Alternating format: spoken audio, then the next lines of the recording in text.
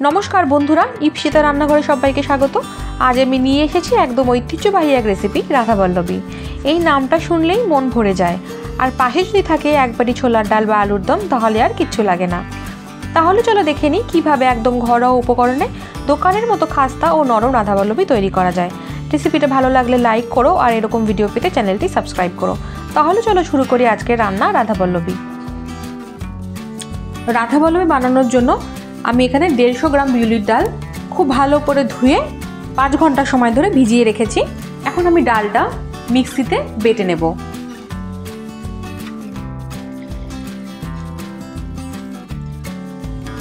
ডালটা বাটার সময় জলটা কিন্তু একটু বুঝে নিয়ে দিতে হবে, খুব বেশি জল থাকা যাবে না। ডালটা বাটার জন্য যতটুকু জলের পরিমাণ ততটুকু কিন্তু দিতে হবে। কলার ডালটা আমার বাটা হয়ে গেছে। ডালটা একদম ফাইন বাটার দরকার নেই, যদি একটু একটু দানা থাকে তাহলে কিন্তু কোনো অসুবিধা হবে না। ডালটা এখন রেখে দেব। রাধাবল্লভী বানানোর জন্য আরও একটা মশলার প্রয়োজন। তার জন্য আমি এখানে দিয়ে দিচ্ছি 2 চামচ পরিমাণে মৌরি, আর দিয়ে দিচ্ছি 1 চামচ পরিমাণে সাদা জিরে। সাদা জিরে আর মৌরিটা একটু ড্রাই রোস্ট করে নেব। মিনিট 2 সময় ধরে লো ফ্লেমে মৌরি আর জিরেটা আমি ভেজে নিয়েছি। এখন গ্যাসের ফ্লেম বন্ধ করে দেব, এবং জিরে আর মৌরিটা সম্পূর্ণ ঠান্ডা হয়ে এলে তারপর এটাকে আমরা একদম গুঁড়ো করে নেব। মশলাগুলো রেডি করা হয়ে গেলে আমি এখানে রাধাবল্লভীর জন্য ময়দাটা মেখে নেব। এখানে আমি দিয়ে দিচ্ছি 4 কাপ পরিমাণে ময়দা।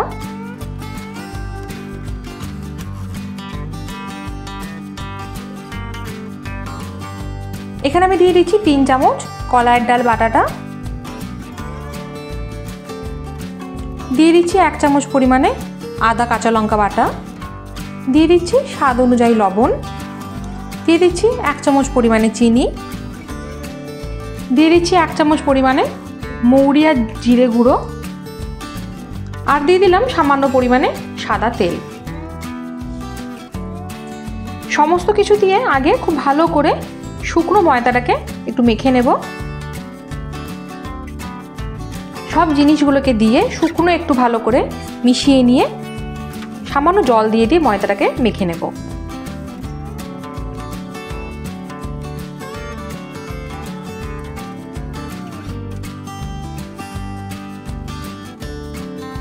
আট থেকে 10 মিনিট সময় নিয়ে ময়দাটা কিন্তু খুব ভালো করে একটু মেখে নিতে হবে। খুব ভালো করে ময়দাটা একটু নরম করে মেখে নিয়েছি। এখন আমি আবারও কিছুটা সাদা তেল দিয়ে ময়দাটা রেখে দেব। তেল দিয়ে ময়দাটা খানিকক্ষণের জন্য ঢাকা দিয়ে রেখে দেব, ততক্ষণ আমরা রাধাবল্লভী পুরটা রেডি করে নেব। রাধাবল্লভী পুরটা রেডি করার জন্য আমি এখানে একটা কড়াই বসিয়ে দিয়েছি। সবার প্রথম কড়াইয়ে দিয়ে দিচ্ছি সাদা তেল। তেলটা গরম হয়ে এলে দিয়ে দেবো সামান্য পরিমাণে একটু কালো জিরে, আর দিয়ে দেবো 1/4 চামচ হিং। হিং থেকে সুন্দর একটা গন্ধ বেরিয়ে এলে আমি এখানে বেটে রাখা বিউলির ডালটা দিয়ে দেব।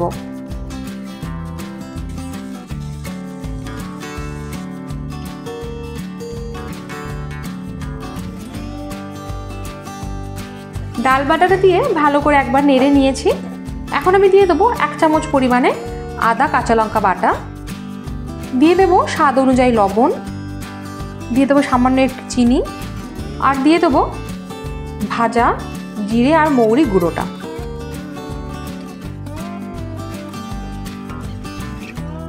সমস্ত জিনিসগুলোকে দিয়ে ডালটা বেশ ভালো করে একটু নেড়ে নেব। গ্যাসের ফ্লেমটাকে লো টু মিডিয়ামে করে যতক্ষণ না ডালের কাঁচা গন্ধটা চলে যাচ্ছে ততক্ষণ কিন্তু ডালটাকে খুব ভালো করে নেড়ে নিতে হবে। বিউলি ডালের পুরটা আমাদের একদম তৈরি হয়ে গেছে। বিউলি ডালের কাঁচা গন্ধটা একদমই চলে গেছে, আর দেখো কড়াই থেকে খুব সুন্দরভাবে ডালটা কিন্তু উঠে আসছে। এখন আমি জিরে মৌরি বাটাটা সবটুকু দিয়ে দেব। গুঁড়ো মশলাটা পরে একটু দিলে কিন্তু গন্ধটা খুব ভালো হবে। গুঁড়ো মশলাটাকে ভালো করে ডালের সাথে একটু মিশিয়ে নিয়ে গ্যাসের ফ্লেমটা আমরা বন্ধ করে দেব। মশলাটাকে খুব সুন্দর করে ডালের সাথে মিশিয়ে নিয়েছি এবং গ্যাসের ফ্লেমটা বন্ধ করে দেব। রাধাবল্লভীর পুরটা একদম ঠান্ডা হয়ে গেলে তারপরে আমরা রাধাবল্লভীগুলো বানিয়ে নেব। দেখো ময়দাটা খুব সুন্দর নরম হয়ে গেছে। এখন ময়দাটা থেকে রাধাবল্লভীর জন্য লেচিগুলো আমি কেটে নেব।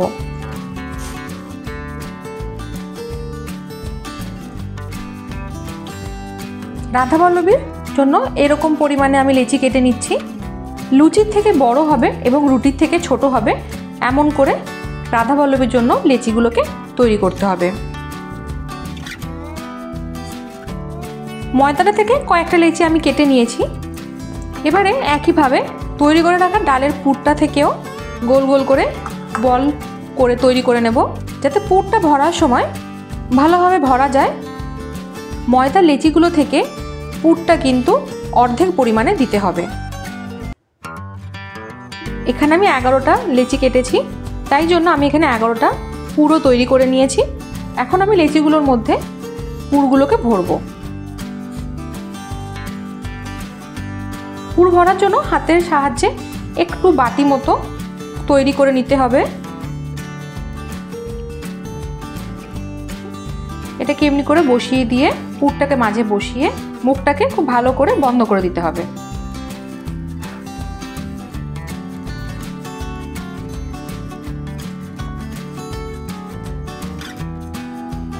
এমনি করে আমি আরও একটা তৈরি করে তোমাদের দেখাচ্ছি। হাতের সাহায্যে ময়দার লেচিগুলোকে একটু বাটির মতো তৈরি করে নিতে হবে। পুরটাকে ভেতরে বসিয়ে একটু হাতের সাহায্যে এটাকে মুখটাকে বন্ধ করতে হবে।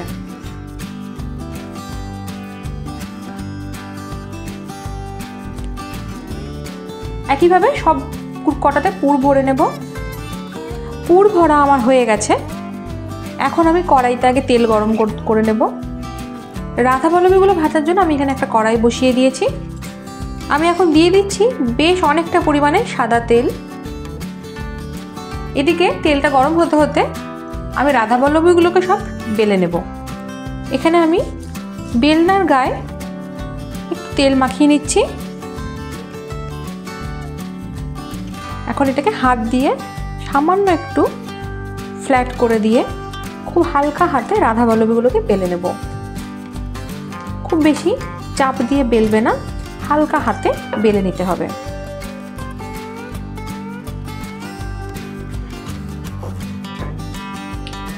খুব বেশি পাতলাও কিন্তু রাধাবল্লভীগুলো করা যাবে না, মোটামুটি এরকম থিকনেস কিন্তু থাকবে। একইভাবে আরও একটা রাধাবল্লভী বেলে আমি দেখিয়ে দিচ্ছি। হাতের সাহায্যে সামান্য একটু ফ্ল্যাট করে দেব। হালকা হাতে রাধাবল্লভীগুলোকে বেলতে হবে।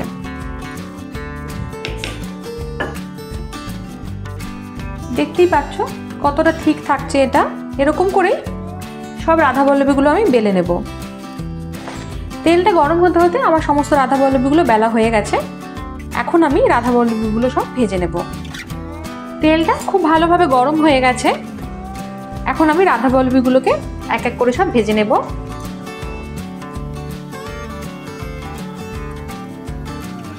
হালকা লালচে করে আমি ভেজে নিয়েছি। এখন তুলে একটা অন্য পাত্রে রেখে দেব। একইভাবে আমি সব রাধাবল্লভীগুলোকে এক এক করে ভেজে নেব। তেলে দেওয়ার সঙ্গে সঙ্গে কিন্তু এটাকে একদম নাড়ার চেষ্টা করবে না। যখন তেলের ওপর ভেসে আসবে তখন এটাকে আমরা পাল্টে দেব। দেখো নিজে থেকেই কি সুন্দর ফুলে উঠেছে। এখন আমি এটাকে হালকা করে পাল্টে দেব। এরকমই হালকা বাদামি করে সমস্ত রাধাবল্লভীগুলোকে ভেজে নেব।